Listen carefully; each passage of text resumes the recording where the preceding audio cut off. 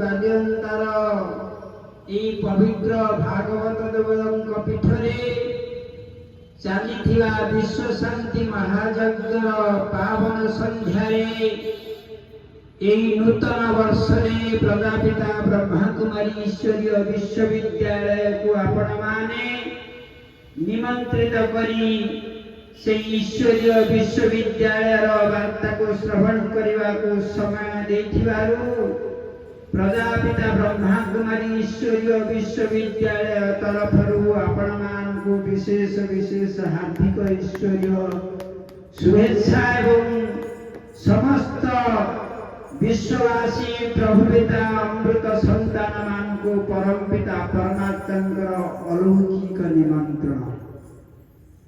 हे मोर प्रिय आध्यात्मिक प्रेमी भाई और भौणी माने, आज आमे समस्ते यही संसार नाटक बांधी है।